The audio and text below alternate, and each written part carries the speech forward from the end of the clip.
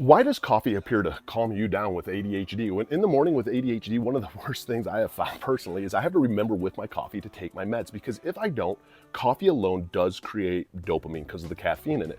Dopamine creates focus, and that's why sometimes in the morning people with ADHD can actually function a little bit because we don't realize we're drinking this coffee, giving us some caffeine, giving us some dopamine that our brain does need to have focus.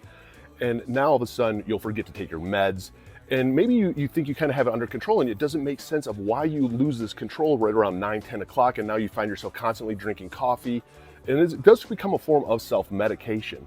One of the things I have found that I have to be very just aware of is to always every morning put my meds out, take my meds with my first cup of coffee, because one cup of coffee in gives me enough focus that I'll actually think that I've taken my meds. And that's one of the things, like people think like stimulant meds affect us massively. It affects me almost the same as like a cup of coffee does, and it brings a lot of calmness, a lot of focus, and a lot of motivation where I'm like, okay, I feel like I have control over everything because my brain feels normal.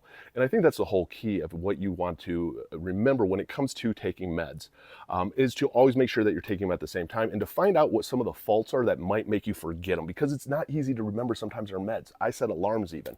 Again, I share from personal experience. I got diagnosed ADD at 13, re-diagnosed ADHD at 17. So the more that we share, the more that we educate, the more that it helps anybody who's going through this realize that they're not alone, and it does get better.